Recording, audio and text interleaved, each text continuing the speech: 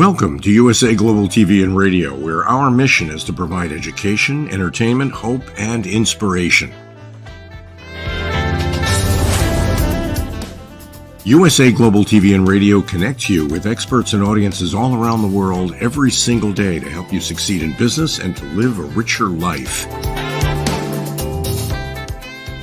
Visit us at usaglobaltv.com to learn about career and life-changing training and mentoring programs like the Listening Mentor.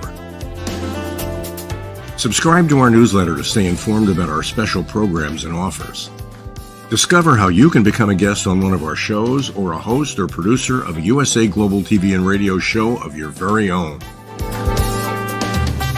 That's USA Global TV and Radio, where the doctor is always in.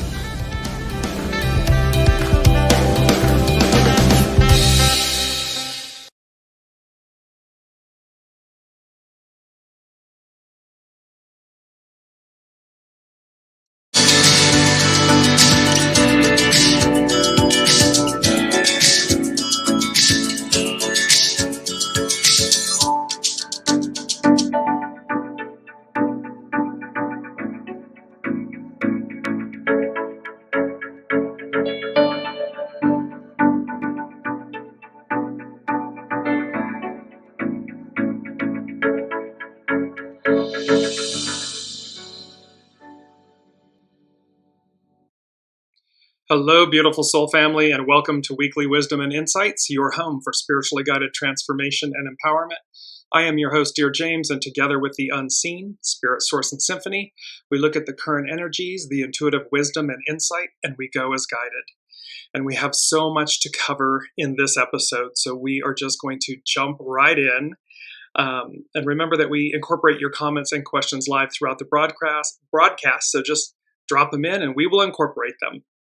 So let's get to it. So our main energies, welcome Alicia, our main energies, it's the final day of the 10-month, in the show. So it's treading, cautious advance. The beauty of the 10 and the 30 is about clarity and to perceive. And so we've been working with this theme about clarity. It's an 8-year, all year long, uniting, unite. This 12, stand still, release. It's about releasing what no longer serves. And as we do this, and again, look at the beauty of the 10, the 30, the 8, the 12, that culminates in a 3. Very auspicious, powerful numbers. And it says, yes, that at the beginning, it may be difficult, but persevere. So as we move from these main energies, we want to move into the astrological influences.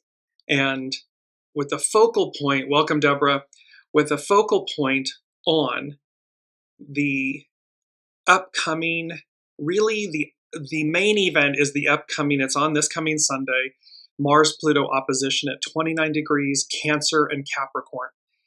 Just before that on Friday is the new moon in Scorpio at 9 degrees. So you can see all of these things. 9 completes a cycle.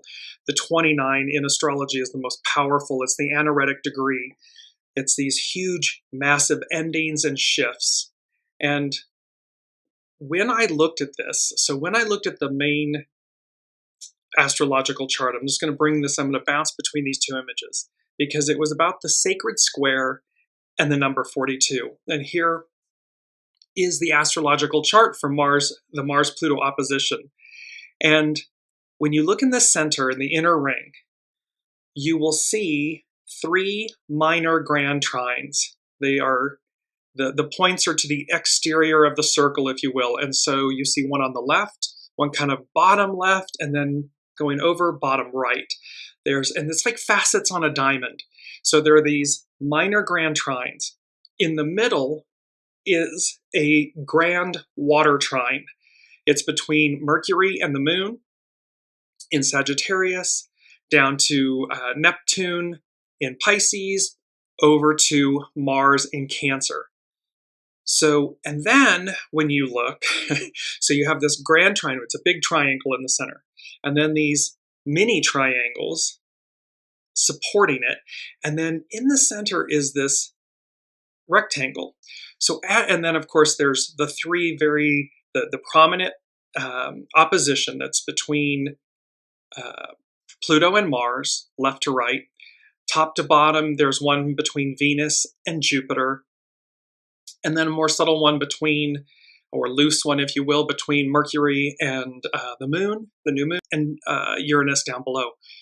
The point of all of this is that as I was looking at this chart, intuitively what came to me was the phrase sacred square. And I know most of you are probably going, but it's a rectangle, Dearjames. And I'm like, yes, it is, image-wise. But what the unseen was saying was sacred square. And then I heard the number 42. And so when I looked up sacred square, it says in the context of ancient Egyptian mythology, the number 42 is significantly linked to the, quote, sacred square, representing the 42 questions a deceased person would be asked during the judgment of the soul in the afterlife, known as the, quote, negative confessions. These negative confessions were answering truthfully to all 42 questions, allowed the passage into the next life.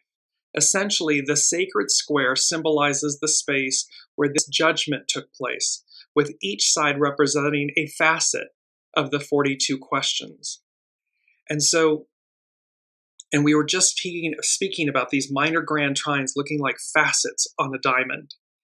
And so the number 42, the sacred square, it goes on to talk about in the Egyptian Book of the Dead, the deceased would be questioned by 42 judges, each representing a specific sin or negative attribute, making 42 a pivotal number in the afterlife judgment process. The symbolic meaning, the sacred square can be interpreted as a symbolic representation of the space where this judgment occurred, with each side potentially representing a set of questions or aspects of the deceased's life that were scrutinized. We're in Scorpio season. This whole death, birth, or, life, death, birth, renewal, and so forth, this inner reflection. And this strongly connects with, because what I was looking at too was, so I was looking at the astrological chart for Friday's Scorpio new moon. And then I looked at the Sabian symbols. And my first reaction was like, ooh, I don't like this. I don't like the symbols. I don't like, and of course, as the unseen says, you don't get to pick and choose. We take, quote unquote, the good with the bad, so to speak. And then I recognized as well, then I'm like, okay, well, let me move on and look at the greater aspect, this Pluto-Mars opposition, because it's the event. And all of a sudden, the chart is incredibly auspicious. The Sabian symbols, equally so.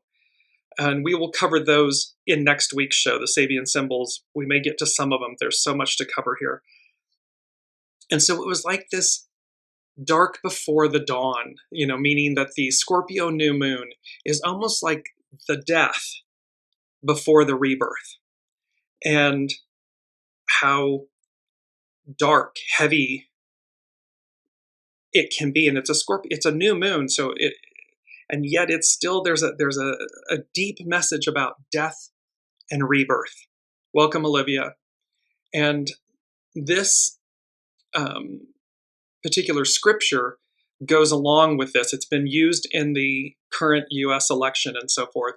It's Psalm 30, 30-5.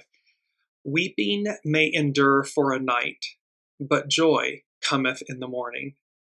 And it was so poignant for this, the Scorpio new moon chart to the Mars-Pluto opposition chart, and this death rebirth. And it goes along with item number 3 from the unseen. And they said, there are, underlined are, there are those will, underlined, inherit the kingdom of heaven. And those that won't, don't. Choose. And whether this inheriting the kingdom of heaven occurs in this instant, in this moment, or 1,000 years from now, the time per se is irrelevant. The point is that our actions, our matter, our character matters, our grace, our goodness, our kindness matters. There are those that will inherit the kingdom of heaven and those that won't. Don't. Choose. And this sacred square and the number 42 and how it's tied to literally the soul's review in the afterlife, the 42 questions. And so it was very powerful. I hope you're tracking along with all of this. So we come then to our actual main themes for this week. And the first thing I heard, and this theme has been playing out with us, this peace be with you. And then we have dear medicine. We have the sacred square, the number 42. This keep going, follow me. And this is a statement from the unseen, from Master Jesus, God, the all that is. This keep going, follow me, with an exclamation point. The Mars-Pluto opposition, the Aries full moon that occurred on the 17th of October, and the Scorpio new moon that occurs on the 1st of November on Friday. These are our main themes. And so, again, with this, we come to this place of greatness. And I just want to recap really quickly before we come into the main theme, where we began with this 3 shows ago. So we came into this with the first theme being the impossible dream realized, and it was with wolf medicine. And then we came forward, and it was about heightened awareness, owl medicine. And today, culminating, or in the trinity of this, is peace be with you, dear medicine. And this beautiful image, I mean, it's just magical, this beautiful image of this stag with the horns, and, it's kind of with a blue background that's very, it invokes both heaven, the era of Christmas and everything, this feeling of winter and Christmas. Peace be with you is both a greeting, as we've covered. It's both a greeting in Hebrew and so forth. It's a greeting. And yet it was also after the crucifixion and the resurrection. And the apostles were in a room, fearing for themselves, in a locked room. The door was locked. Master Jesus presented himself. The door was locked, but he appeared anyways. And the moral of the story is that the all that is, God, Master Jesus, the all that is ever present with us. There is no boundary. There is no lock. There is nothing that prevents the beauty of that essence being with us at all times. Omnipresent, all-knowing, all-seeing, everywhere, all at once. And so this theme of peace be with you and dear medicine. So I want to bring in, and also with these 2 main themes or sub-themes, challenge versus opportunity, which wolf to feed. So are we feeding the wolf of challenge, of opposition, of hate and anger and resentment and grudges and so forth? Or are we feeding the wolf of opportunity? That's what these shows have been, this trilogy of shows has been talking about. And the second sub-theme is this breaking through the illusion. And I love this image because you can see 1, 2, 3, there are 4 squares within this glass ceiling. And then there are all of these triangles. And so, of course, the square and the triangle represents the pyramid. It's one of the most iconic, greatest constructions on Earth that we've still yet to fully understand. And yet, the moral of the story is breaking through the illusion, breaking through the ceiling, whatever that ceiling may be for each individual one of us and collectively, and how The square, it's foundational. And the triangle, three-sided, trinity. And so it brings about both stability and fire, activity, the pyramid, and thereby how we have everything we need within us to reach a higher octave, to be more than we've ever allowed ourselves to be, and to recognize that any limitation is an illusion. And so this moment is about breaking through the illusions. It's also about, it's the first thing, the first and the seventh thing from the unseen. They go together. And then we're going to jump into the astrology and the deer medicine and so forth, which is phenomenal. But the first thing the unseen said was passing the baton to a new generation. And so again, this Pluto-Mars opposition, the astrology chart of this, the sacred square, the number 42, the judgment of things, it's about passing the baton to a new generation. Equally, number 7, what's my legacy? What am I both leaving behind and receiving? Exclamation point. We often think about legacies as something that we leave. It's what we leave behind. And it can be monetary, a legacy can be monetary. It can be acts of service. It can be who we are in our relationships. How do people remember us? These are all representations of what's my legacy, what a legacy can be. What was strikingly interesting about this was that the unseen said, it's both about what we leave behind, but also what we receive.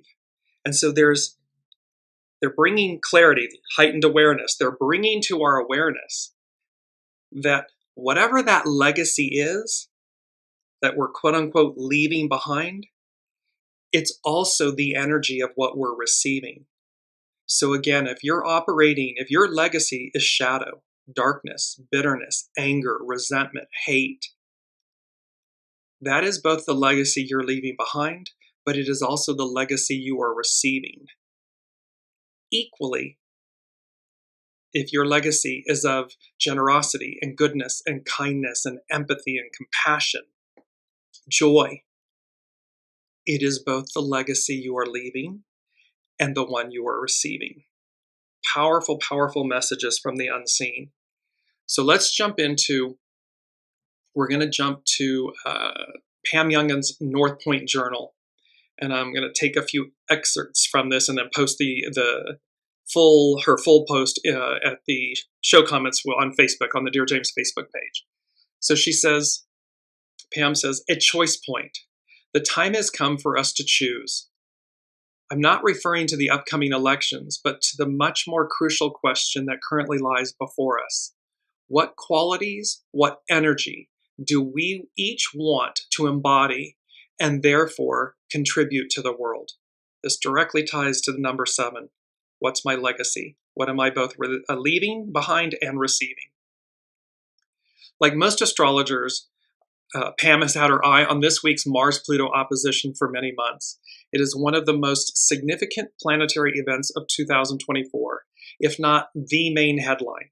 We've been feeling the impact of this divisive aspect for many weeks through heightened power struggles and emotional reactivity. She speaks about the shadow and the light. For clues as to how the Mars-Pluto opposition might play out in real-world scenarios, we can observe the lives of those who have this aspect in their natal astrology charts. At the lowest vibrational end of the spectrum is Joseph Stalin, who was dictator of the Soviet Union from 1924. Stalin is considered to be one of the most murderous dictators in history. His reign of terror is a clear example of the need for domination overriding any sense of humanity. And there was, from the unseen, there was a statement about guarding against low-level consciousness. So guard against it externally, but also be heightened awareness, be conscientious, owl medicine, of low-level consciousness within ourselves. Because, of course, everything emanates from the inside out. And so Here she's talking about this. His reign of terror is a clear example of the need for domination overriding any sense of humanity. Pam goes on to say, in sharp contrast to that abhorrent use of the Mars-Pluto energies, the shadow aspect of the energies, we see that Mahatma Gandhi also had a Mars-Pluto opposition in his natal chart. Gandhi was an Indian lawyer who was famous for his nonviolent disobedience and hunger strikes in protest of civil rights violations under British rule. His Mars-Pluto tenacity, dedication, and determination are credited for playing a major role in India ultimately gaining its independence from Great Britain. So you see the two polar opposite examples of this Mars-Pluto opposition. We can see it literally playing out before our very eyes in this moment, in this time. These examples. Pam Youngans continues, the higher purposes, while the Mars-Pluto opposition is certainly manifesting in the stressful tug-of-war we observe in the outside world, we miss the higher purpose of these times when we focus only on the external battle. On an individual level, this aspect calls for each of us to become more self-aware, to observe when we react to situations and to others in an instinctive, unconscious way. We know when we are responding to life in a way that is not in alignment with our highest expression of self, simply by how we feel inside. We can feel it. We know when our actions, when we feel bad about them, or when we feel good about them. And so again, heightened awareness, owl medicine, it